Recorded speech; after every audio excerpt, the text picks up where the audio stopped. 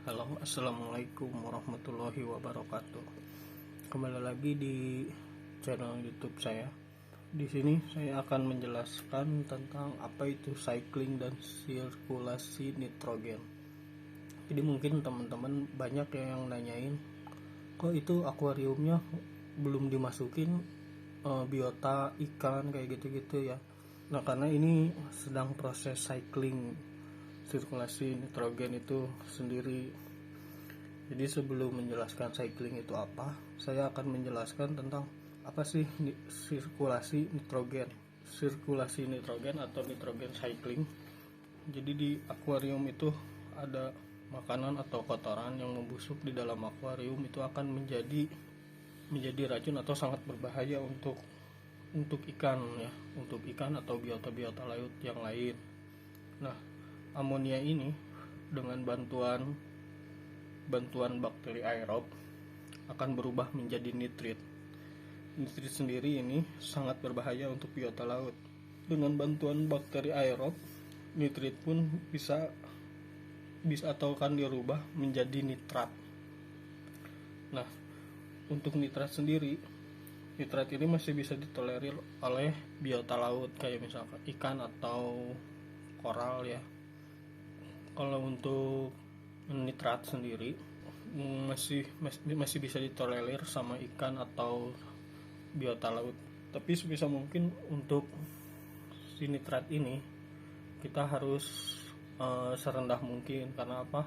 Karena ketika nitrat itu tinggi, itu akan menyebabkan banyaknya lumut atau alga ya di akuarium kita. Karena si cahaya lampu dan nitrat ini akan menjadi nutrisi untuk alga. Makanya dari nitrat itu bisa bakal banyak tumbuh si alga itu. Nah, seperti yang tadi, nitrat akan dibantu oleh bakteri anaerob. Jadi kalau yang tadi kan bakteri aerob, kalau yang ini anaerob. Nah, dengan bantuan anaerob ini, nitrat akan diubah menjadi nitrogen. Nah, dari nitrogen itu setelah sudah menjadi nitrogen, itu akan dilepaskan ke udara ya. Nah ini tuh yang tadi saya jelaskan itu adalah sirkulasi nitrogen yang sempurna. Jadi pada saat cycling ini kita membutuhkan media bakteri, terus kadar amonia yang kadang ada juga orang yang sengaja memasukkan makanan ikan itu ke dalam akuarium pada saat cycling, padahal kan nggak ada ikannya ya. Nah, di situ kan dibiarin tuh membusuk biar ada kadar amonianya, biar menjadi makanan untuk si bakteri aerob itu sendiri.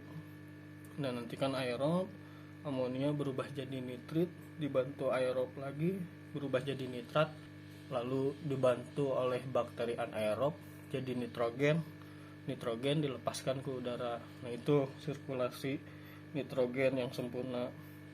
Untuk cycling sendiri, cycling itu proses untuk menjalankan sirkulasi nitrogen. Jadi kalau akuarium baru itu biasanya kan untuk cycling. Nah, untuk menjalankan sirkulasi nitrogen di akuarium baru, jadi pada saat biota masuk ke dalam akuarium itu, sistem filtrasi sudah cukup stabil untuk mengolah sisa makanan dan kotoran dari biota itu sendiri. Nah, jadi kan ntar banyak tuh kan si amonianya tuh. Nah, nanti biar kalau sistem filtrasinya udah baik, itu nanti diolah lah sama si bakteri-bakteri itu sendiri. Cycling akuarium air laut tuh misalkan kan banyak yang nanya, kok lama sih gitu dibanding akuarium air tawar gitu. Nah, karena di sini tuh si biota laut nggak bisa mentolerir gitu ya untuk si kadar kandungan amonia yang ada di akuarium. Jadi sebelum memasukkan si biota ke dalam akuarium tuh, kita harus memastikan sistem filtrasinya itu udah benar-benar bagus gitu. Si sistem si sirkulasi nitrogennya itu udah benar-benar baik, si bakterinya juga udah banyak di dalam si akuarium. Jadi kalau misalkan proses cycling itu belum beres terus kita masukin si ikan, wah itu mungkin kita si biota-biotanya itu bakal mati gitu ya di si akuarium. Jadi sama aja kita nggak melestarikan biota-biota laut gitu ya. Nah, untuk cycling sendiri biasanya itu ada yang bilang bisa 1 bulan, 2 bulan, bahkan ada yang bilang 3 bulan gitu.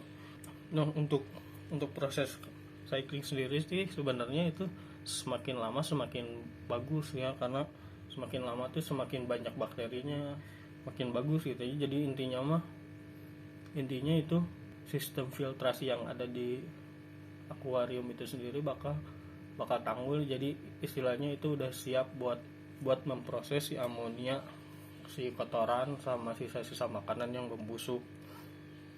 Nah, untuk tips untuk memaksimalkan proses cycling itu sendiri sih ada beberapa hal ya. Mungkin pertama, untuk air laut kan kita butuh skimmer tuh ya.